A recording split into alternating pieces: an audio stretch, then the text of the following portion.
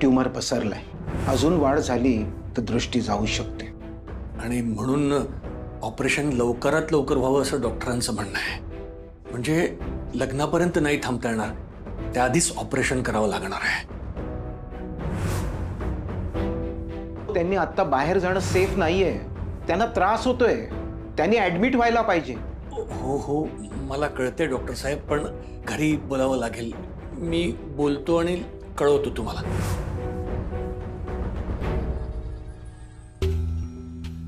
आज या माणसाला सोडायचंच नाही.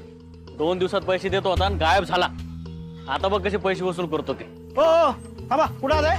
माधवकडं. कोण माधव? आडनाव काय? आडनाव वगैरे काय माहित नाही आपल्याला. इथं माधव नावाचं कोणी राहत नाही, कळलं ना? ते ना आम्ही आमचं बघतो, तू तुझं काम कर. चल. हे बघा, व्यवस्थित पत्ता घेऊन या. कमीत कमी नाव तरी नीट सांगा, तर आज सोडे, नाही तर नाही सोडणार. चला. ए सरक. हे बघा, निघा, नाही तर मी पोलिसांना बोलून, कळलं ना? चला निघा. दादा उगाच पोलिसांचा मॅटर नकोय, नंतर बघू त्याला. हा चला चला, बाहेर चला. चला चला चला चला. आपण ना इथंच कुठेतरी थांबूया, आपल्याला दिसेलच खाली तो. चला बाहेर जाऊन चर्चा करा. चला चला. बाबा हा? ठीक आहात ना आता? एकदम मस्त. या डॉक्टरांना काही कळत नाही, काय उगाच काही घाबरवून सोडतात ते. तो आता ट्यूमर आहे, तो काय असा लगेच वाढतो काय? ते काय नख आहे काय पटकन? माधवराव, आयुष्यात थट्टेवारी नेऊ नका हो. डॉक्टर बरोबर बोलतायत. तुम्हाला आता स्वतःची खूप काळजी घ्यावी लागणार आहे. अहो ऐका, मला काही झालेलं नाहीये. वर्षाचं लग्न बघता बघता पार पडेल. आनंदी, तुझ्या लग्नाला नव्हतो, पण वर्षाच्या लग्नाला मी नक्कीच बघणार.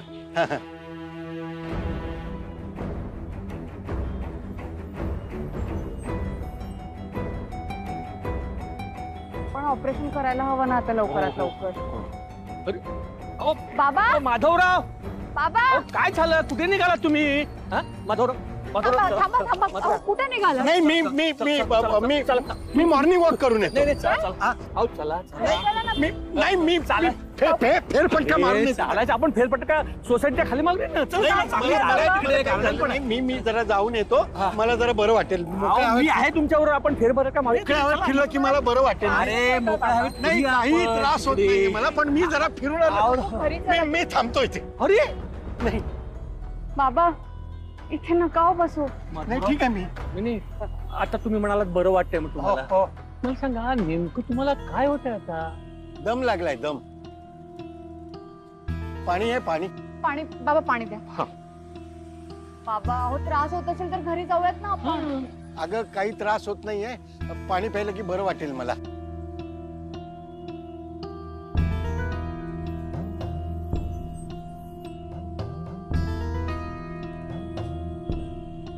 पाणी प्यायलंय ना, आता बरं वाटलं. थोडा वेळ बसू दे इथे. थोडा वेळ बसू द्या, आपण थांबूयात. आनंदी इकडे जरा ये. माधवराव, आता इथे शांत बसा. आलो आलो. कुठेही जाणार नाही. हो येस. आनंदी, सॉरी, पण मी काय म्हणतो, त्या ट्यूमर मध्ये डोक्यावर परिणाम होतो का ग? नाही बघ ना, कसे वेड्यासारखे वागतात ग ते. तर नाही हो बाबा, मलाही खूप काळजी वाटते. मला असं सारखं वाटतंय की मी ह्यांना सांगून टाकते ह्यांच्या आजारपणाबद्दल.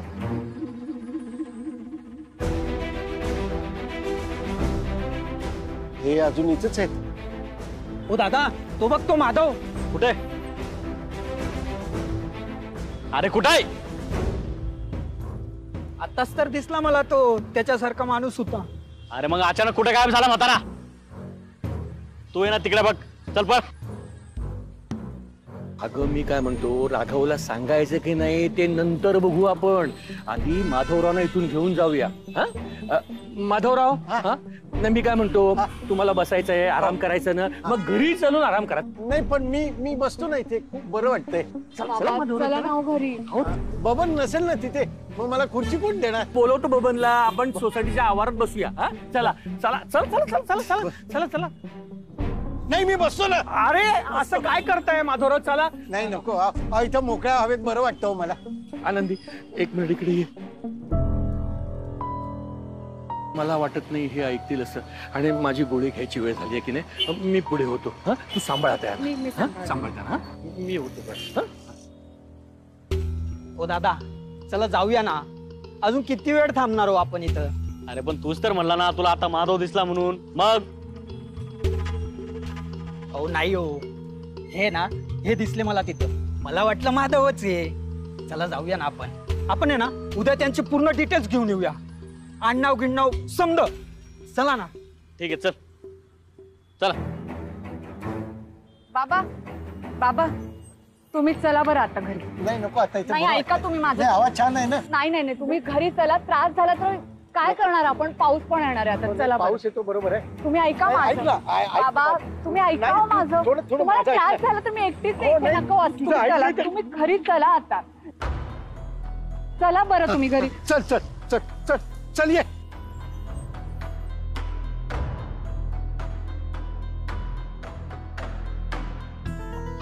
आई. दम लागला ना? हा. हा? थांबा पाणी देते. थांबा तुम्ही. नाही नाही पाणी नको, तू आधी पटकन घरी चल. काय ते येतील परत. कोण? म्हणजे घरी चल नाही तर चक्कर येईल परत. अरे कशा आहात? मी बरी आहे. तुम्ही कसे आहात? मी बरा आहे. हा पाणी पाणी राहू दे. तू तू मी घरी जातो. घरी जाऊन पाणी पितो. तुम्ही तोवर बोलत बसा. पाणी नको आता. बाबा आनंदी बरं झालं तू इथेच भेटलीस ते. अगं वर्षाची सगळी तयारी राहिली ना करायची. हो ना. नाही म्हणजे यांच्या आजारपणामुळे तयारी राहिली असं नको ना व्हायला. नाही नाही तशी तयारी सुरूच आहे. हा त्यांनी माणसांना बोलवलंय रंगकाम करायला. हा हॉलचं पण बुकिंग झालंय आई. आणि जेवणाचं तर मीच बघणार आहे ना. अगो बाई म्हणजे जेवण घरी करायचंय. मग माणसामन सगळं आणावं लागेल ना. सामान मागवलंय आई. आज येईल. हो का. पण मग तांदूळ कधी निवडायला घ्यायचे आपण. मी असं विचार करत होते रंगकाम झालं ना की मग तांदूळ निवडायला घेऊयात. और असं म्हणतेस का. चालेल ना. पण वर्षाची सगळी म्हणजे तयारी झाली आहे ना. खरेदी वगैरे केली का. आज दागिने घ्यायला जायचे होते हा. वर्षाताईंचे. पण बाबांचा फोन आला अचानक. मी तसेच निघून गेले दवाखान्यात. हो पण हरकत नाही. दागिने घ्यायचे राहिलेत. आणि तुम्हाला माहिती आहे साडी मीच बनवणार आहे वर्षाताईंची. अगं काय सांगतेस. तू बनवणार आहेस साडी. हे असं सगळं छान छान ना तुला सुचू शकतं. आणि तू साडी करणार म्हणजे ती छान होणार एकदम. पण वर्षाताईंना काही सांगायचं नाही ह्यातलं. वर्षाताईंना ह्यातलं काहीही माहिती नाहीये. नाही सांगणार. अजिबात नाही सांगणार. पण तू साडी करशील ना ती तिला आवडणारच आहे. अगं पण आनंदी आपण आपल्या घरी तिला जेवायला बोलूया का. तिचं केळवण करायला हवं ना. चांगली कल्पना आहे ना आई. त्यांनाही आनंद होईल. त्यांनीही विचार केला नसेल की आपल्याला कोणीतरी केळवणाला बोलवेल म्हणून. आपण एक काम करूयात. नंदूदादा आणि वर्षाताईंना केळवणाला बोलूयात. चालेल. ही पण कल्पना छान आहे. पण तू एक काम कर. वर्षाला काय काय आवडतं त्याची मला यादीच करून दे. म्हणजे जेवणात आपण तसे पदार्थ करूया ना. चालेल. अगं पण केळवणाला बोलावलं म्हटल्यावर तिच्या हातात काहीतरी द्यायला हवं ना. ते काय द्यायचं आपण. आई मी साडी बनवणार आहे ना. साडीच देऊयात आपण. या ही पण कल्पना छान आहे. पण यादी आठवणीने दे. मी यादी देते तुम्हाला. चालेल. चला येते. हो ये.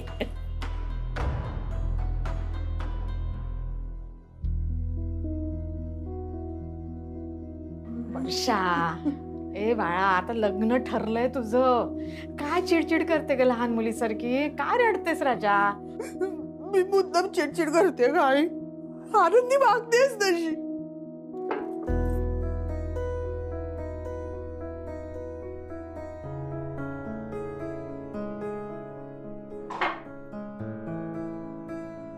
बसा बसा बसा. हो. बाबा बरं वाटतंय ना नक्की. हा हा बरं वाटते. पाणी आणते आणि काही खायला आणते. हो.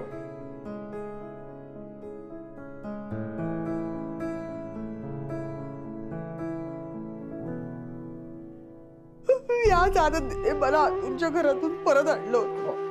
याच आनंदीने मला आश्वासन दिलं होतं की आपल्या घरात तुला कधी फरक वाटणार नाही. आणि आता तीच आनंदी माझ्याशी अशी वागते. तेच म्हणते ना राजा. अगं का असा असा विचार नको करूस. आनंदीने तुझं लग्न जुळा म्हणून किती किती प्रयत्न केले. का असा गैरसमज करून घेते तिच्याबद्दल सोन्या. गैरसमज नाही आई. हा आनंदी वागतेस तशी. आणि मी मुद्दाम चिडचिड नाही करत आहे ग. माझ्यासाठी माझ्या लग्नाचा दिवस हा आनंदाचा दिवस असणार आहे. सुखाचा दिवस असणार आहे. आणि या माझ्या आनंदात आनंदीने आनंदाने सहभागी व्हावं असं मला वाटलं. तर त्यात काय चुकलं ग माझं.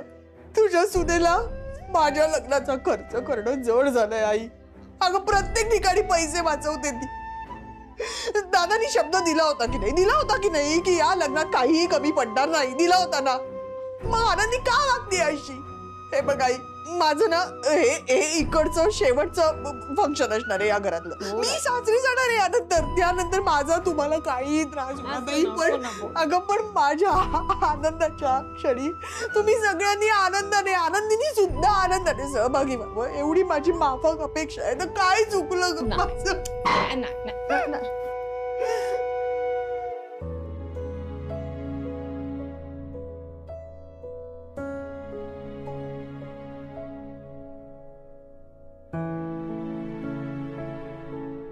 एवढा जोराचा वारा होता?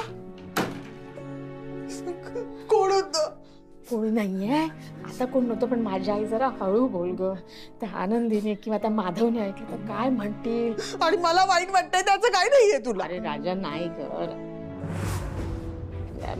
मी सांगते, मी आई म्हणून तुला सांगते. तुला काय करायचं ते कर, तुझी हाऊस मौस तुला जितकी करायची तेवढी कर. तुला कोणी काही बोलणार नाही.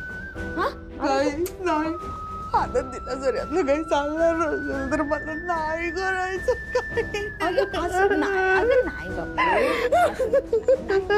मी आहे ना.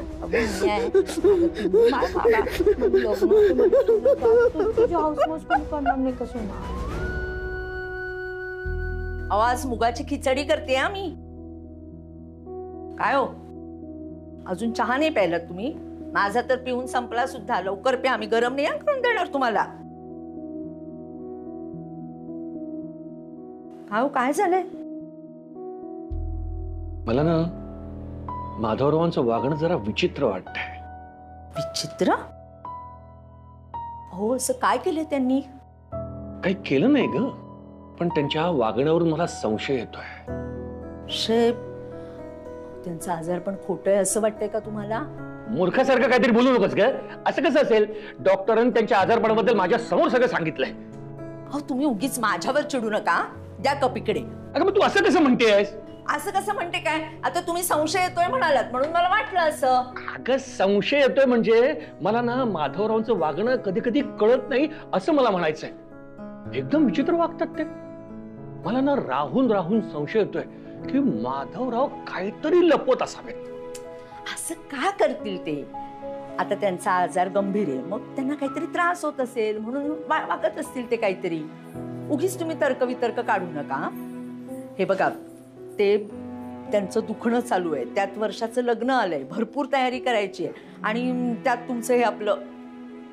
आनंदी तू बस, मी पटकन चहा घेऊन येते.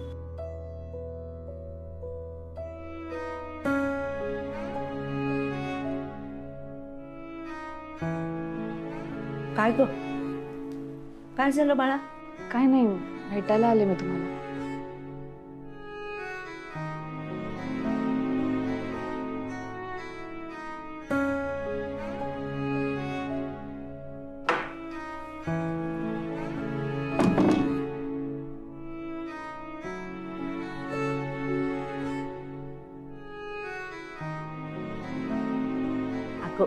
आईला सांगणार नाहीस का तू? सांग ना बाळा.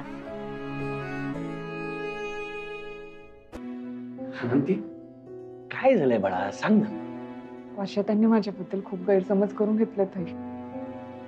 मला असं वाटलं की आता बाबांच्या उपचारासाठी खूप खर्च लागेल, म्हणून जरा वर्षा त्यांच्या लग्नात खर्च कमी करूयात असं मला वाटत होतं. वर्षा, त्यांना असं वाटतं की मला त्यांच्या लग्नात खर्चच नाही करायचा, मी मुद्दाम हे सगळं करते. मी असं थोडी करे नाही. माझ्या मोठ्या बहिणीसारख्या आहेत त्या, बहिणीसारखा जीव लावते मी त्यांना. असं कसं वागेन मी त्यांच्याशी? याचा अर्थ मी कुठेतरी कमी पडते ना. आनंदी, अगं शांत होतो. काय आहे, वर्षाचा काहीतरी गैरसमज झालाय. तिला माधवरावांच्या आजारपणाबद्दल काही माहिती नाहीये ना. पण तरी त्यांना असं का वाटतंय माझ्याबद्दल? आणि जर असं वाटत असेल ना माझ्याबद्दल, तर हक्काने माझ्याजवळ यायला हवं त्यांनी आणि विचारायला हवं की आनंदी तू असं का वागतेस? आमचं चांगलं नातं आहे, मैत्रिणी आहोत ना आम्ही चांगल्या. त्यांना असं का वाटतंय की मला त्यांच्या लग्नात खर्च करायचा नाहीये, मला त्यांच्या लग्नाचा आनंद होत नाहीये? त्यांनी स्वतःच ठरवून टाकलं की मला त्यांच्या लग्नात खर्च नाही करायचा आहे. माझ्यासाठी परक्या आहेत का त्या? बहिणीसारख्या आहेत ना माझ्या. मी असं कसं करेन बरं? आनंदी तुझं सगळं बरोबर आहे, तू काही चुकत नाहीयेस. अगं पण वर्षाला काहीतरी म्हणजे तिच्या मनासारखं नसेल झालं म्हणून ती तुला असं बोलली असेल, पण वर्षाच्या मनात काही नाहीये का असं? आई पण त्यांच्या मनात आलं ना असं, म्हणून ते माझ्याबद्दल असा विचार करतात. अगं असं काही नाहीये का आनंदी? तुला माहितीये ना वर्षा कशी आहे, काही वेळेला वागते ती लहान मुलासारखी. आता लग्न आहे ना तिचं, मग काहीतरी रुसवे फुगवे असतील ना तिचे, पण तिच्या लग्नामुळे ती खूप आनंदी झाली. आपण पण आहोत ना आनंदात. त्यांच्या लग्नाचा आनंद आपल्यालाही आहे ना आई. मलाही असं वाटतं की त्यांनी हौसमौस करावी. आपलं घर, आपलं कुटुंब, यात तुझं माझं काय करायचं? मला असं वाटत होतं की बाबांच्या उपचारासाठी पुढे खर्च होणार आहे, खर्च वाढणार आहे, त्यानंतर काटकसर करण्यापेक्षा आपण आत्ताच काटकसर करायला सुरुवात करूया. म्हणून मी जरा आवरता हात घेतेय त्यांच्या लग्नात. पण मला असं त्यांना दुखवायचं नाहीये. मला याची कल्पना पण नव्हती की माझ्या अशा वागण्यामुळे त्यांना त्रास होईल. मी असं नाही ना वागणार त्यांच्याशी. असं का वाटतंय त्यांना माझ्याबद्दल? मला असं वाटलं आमचं चांगलं नातं आहे, आमची चांगली मैत्री आहे, परकेपणाची भावना नाही आमच्या नात्यात. तरी सुद्धा आई त्यांच्यासाठी मी अजूनही परकेच आहे. आनंदी तू खूप विचार करतेस. अगं असं काही नाहीये बाळा, तू उगाच विचार करून स्वतःला त्रास करून घेऊ नकोस. अगं वर्षाला या सगळ्याची कल्पना नाहीये. वर्षाला जेव्हा माधवरावांच्या आजारपणाबद्दल आणि त्यांच्या उपचारासाठी तू खर्च टाळतेस हे जेव्हा कळेल ना, तेव्हा तिला तिचंच वाईट वाटेल की आपण आनंदीबद्दल उगाच गैरसमज करून घेत होतो. त्यांना बाबांच्या आजारपणाबद्दल कळलं ना बाबा, तर त्या समजूनच घेतील. पण आता का वाटावं त्यांना माझ्याबद्दल असं? त्यांना असं का नाही वाटत की आपली व्यक्ती अशी वागते, यामागे काही कारण असतील, ओळखतात ना ते मला चांगलं. माझी चूक झाली, गैरसमज झाला त्यांना माझ्याबद्दल. असं वाटतं ना की अजून आम्ही दोघींनी एकमेकींना ओळखलंच नाही आहे. खूप गैरसमज करून घेतला त्यांनी माझ्याबद्दल.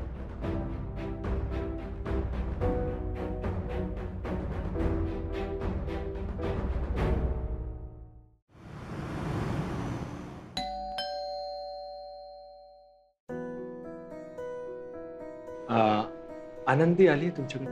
हो.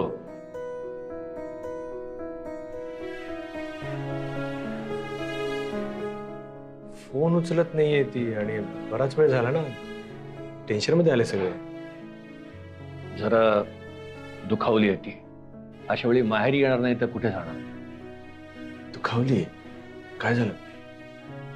तिलाच विचारा.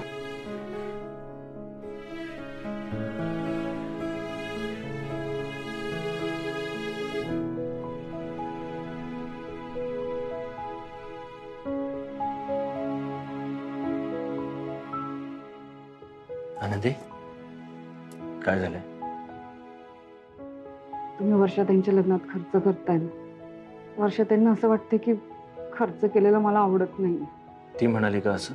नाही, पण मला कळलं त्यांना असंच वाटतंय. मग तिच्याशी बोलायचं किंवा मला येऊन सांगायचं. तू इथे येऊन बसलीस. त्यांच्या मनात माझ्याविषयी इतकी कटुता आहे ना की मला खरी आवाजच नाही वाटत.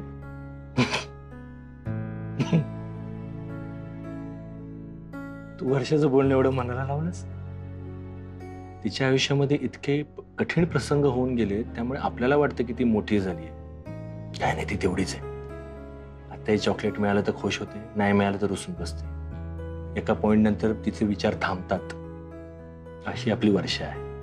अगं ती काहीतरी बोलली, ती गोष्ट तू इतकी मनाला लावून घेतलीस आणि इथे येऊन रडत बसलीस. ती वर्षा तर वर्षा, तू पण लहान झालीस का? तुम्हा दोघींपेक्षा चिंगी मला मोठी वाटायला लागली आता.